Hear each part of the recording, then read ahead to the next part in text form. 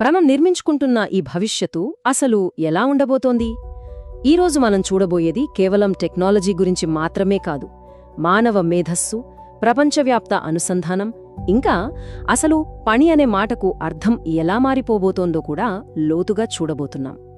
ఇది రేపటి ఆవిష్కర్తల కోసం ఒక బ్లూ ప్రింట్ అనుకోవచ్చు. మన ప్రయాణం ఈరోజు మనమందరమున్న గ్లోబల్ టౌన్ స్క్వేర్తో మొదలవుతుంది. అక్కడి నుంచి అంతరిక్షం నుంచి అందరికీ అందే ఇంటర్నెట్ గురించి, తర్వాత మన పెంపుడు జంతువులా మారబోయే ఏఐ గురించి, ఆ తర్వాత అసలు పని చేయక్కర్లేని ప్రపంచం ఎలా ఉంటుందో చూస్తూ చివరికి ఒక సృష్టికర్తగా మన అసలు విలువేంటో తెలుసుకుందాం. పదండి, ఇక మొదలు పెడదాం. మనలో చాలామందికి ఎక్స్ లాంటి సోషల్ మీడియా ప్లాట్ఫామ్స్ అంటే వార్తలు, మన అభిప్రాయాలు పంచుకునే ఒక చోటు అంతే. కానీ అసలు విషయమేంటంటే దాని వెనుకున్న అసలు లక్ష్యం చాలా చాలా పెద్దది. అది కేవలం ఒక సోషల్ నెట్వర్క్ మాత్రమే కాదు, మొత్తం మానవాళి యొక్క సామూహిక ఆలోచనా శక్తిగా ఎలా మారుతుందో చూద్దాం. ఒక్కసారి ఆలోచించండి, ప్రపంచంలో ప్రతి మూల నుంచి, ప్రతి భాషలో పుట్టే ఆలోచనలన్నీ ఒకే చోట కలిస్తే ఎలా ఉంటుంది? అదే ఈ ఆలోచన వెనుకున్న అసలు శక్తి. ఇది కేవలం మాటలను ఒక భాష నుంచి ఇంకో భాషలోకి మార్చడం కాదు, అందరికీ ఒకే రకమైన అవగాహనను నిర్మించడమన్నమాట.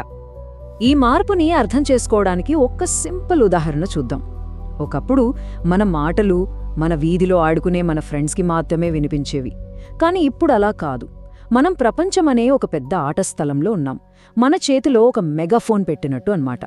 మన ఆలోచనలు క్షణాల్లో ప్రపంచాన్ని చుట్టి రాగలవు. అయితే ఈ గ్లోబల్ బ్రెయిన్ అనే దాన్ని నిర్మించాలంటే ప్రపంచంలో ఉన్న ప్రతి ఒక్కరూ దానిలో భాగం కావాలి కదా. కేవలం సిటీలో ఉండేవాళ్లు మాత్రమే కాదు, మరి మారుమూల పల్లెలు, కొండ ప్రాంతాల్లో ఉండేవాళ్ల సంగతేంటి? దానికి సమాధానం భూమి మీద లేదు, ఆకాశంలో ఉంది. అసలు సమస్య నగరాల్లో లేదు.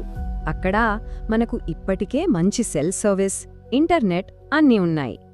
కానీ అసలైన సవాలు ఎక్కడుందంటే ఫైబర్ కేబుల్స్ వెయ్యడం చాలా కష్టంగా, ఖర్చుతో కూడుకున్న కొండలు, అడవులు, ఇంకా మన దేశంలో ఉన్న ఎన్నో గ్రామీణ ప్రాంతాల్లో ఉంది. దీనికి పరిష్కారం భూమి కింద వైర్లు తవ్వడం కాదు. స్టార్లింక్ లాంటి ప్రాజెక్టులు ఏం చేస్తాయంటే వేల కొద్దీ చిన్న చిన్న ఉపగ్రహాలను మన తలలపైన అంతరిక్షంలో పెట్టి అక్కడ్నుంచి నేరుగా ఇంటర్నెట్ను ఒక ఫ్లాష్ లైట్ కాంతిలా భూమి మీదకు పంపిస్తాయి.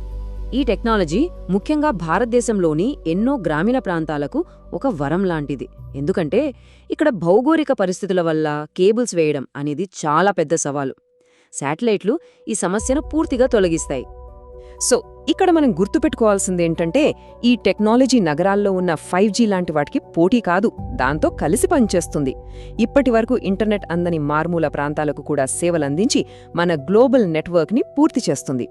సరే, ఇప్పుడు ప్రపంచం మొత్తం కనెక్ట్ అయింది, అందరూ ఒకే వేదిక మీదకొచ్చారు. మరి తర్వాతేంటి? తర్వాతి అతిపెద్ద విప్లవం ఆర్టిఫిషియల్ ఇంటెలిజెన్స్ అంటే ఏఐ రూపంలో రాబోతోంది.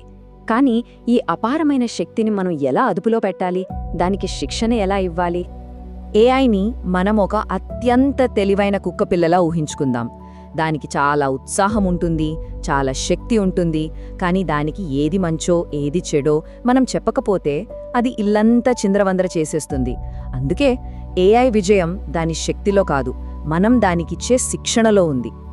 మరి ఆ శిక్షణ ఎలా ఉండాలి? ఇక్కడ 3 ముఖ్యమైన సూత్రాలున్నాయి. 1, ఎప్పుడూ నిజం వైపే ఉండాలి, అబద్ధాలు చెప్పమని దాన్ని ఫోర్స్ చేయకూడదు. 2, కేవలం లెక్కలు, డేటా మాత్రమే కాదు, సౌందర్యాన్ని కూడా గుర్తించడం, ప్రశంసించడం నేర్పించాలి. ఇక 3, అన్నింటికంటే ముఖ్యంగా ఈ ప్రపంచాన్ని, ఈ వాస్తవికతను అర్థం చేసుకోవాలనే తపనను, అంటే ఉత్సుకతను పెంచాలి. ఒకవేళ మనం ఈ ఏఐకి సరిగ్గా ట్రైనింగ్ ఇవ్వగలిగామనుకోండి, అప్పుడది మన సమాజాన్ని, మన జీవితాల్ని పునాదుల నుంచే మార్చేస్తుంది. ముఖ్యంగా రోజూ మనం చేసే పని అనే ఆలోచననే పూర్తిగా మార్చేయగలదు. నిపుణుల అంచనా ప్రకారం ఇది వినడానికి ఆశ్చర్యంగా ఉన్నా కేవలం 20 ఏళ్లలోపే ఏఐ ఇంకా రోబోటిక్స్ మన కోసం దాదాపు అన్ని పనులను చేసేస్తాయి. అప్పుడు బ్రతకడం కోసం పని చేయడం అనేది తప్పనిసరి కాదు, అది కేవలం మన ఇష్టంగా మారుతుంది. ఒక్కసారి ఊహించుకోండి, మీకు కావాల్సిన వస్తువులు, మీకు అవసరమైన సేవలు అన్నీ చాలా సులభంగా, దాదాపు ఉచితంగా అందుబాటులో ఉండే ప్రపంచం. కొరత అనే మాటే లేనప్పుడు మన డబ్బు, మన సమాజం అన్నీ మారిపోతాయి కదా. ఇది మనల్ని ఓ చాలా లోతైన ప్రశ్నకు తీసుకొస్తుంది. బ్రతకడం కోసం పోరాడాల్సిన అవసరం లేనప్పుడు మనిషిగా మన కొత్త లక్ష్యమేంటి? మన జీవితానికి అసలైన అర్థం ఎక్కడ దొరుకుతుంది? మరి అలాంటి భవిష్యత్తులో ఏదైనా సాధించాలనుకునే వాళ్ళకి, వాళ్ళ జీవితానికి ఒక అర్థం కావాలనుకునే వాళ్ళకి ఏది దారి చూపిస్తుంది? ఏది వాళ్ళ మార్గదర్శక సూత్రమవుతుంది? భవిష్యత్తులో మన ఫోకస్ అంతా ఉద్యోగం వెతుక్కోవటం మీద ఉండదు, విలువను సృష్టించడం మీద ఉంటుంది. అంటే తక్కువ విలువ ఉన్న దాన్ని ఇన్పుట్ తీసుకుని దాన్ని మరింత విలువైనదిగా అవుట్పుట్ మార్చడం. ఇదే సృష్టికర్తల ప్రాథమిక సూత్రం. అంటే డబ్బు సంపాదించటం మన లక్ష్యం కాదనమాట. అది జస్ట్ ఒక బై ప్రోడక్ట్. మన అసలు లక్ష్యమేంటంటే ప్రజల సమస్యలను పరిష్కరించటం, వాళ్లకు ఉపయోగపడే వస్తువులను, సేవలను తయారు చేయడం. మీరు నిజంగా విలువను సృష్టిస్తే డబ్బు దానికదే వస్తుంది. చివరిగా ఏ ఆవిష్కర్తకైనా సరే వాళ్లను నడిపించే సూత్రం ఒకటే: మీరు తీసుకునే దానికంటే ఎక్కువ సృష్టించండి.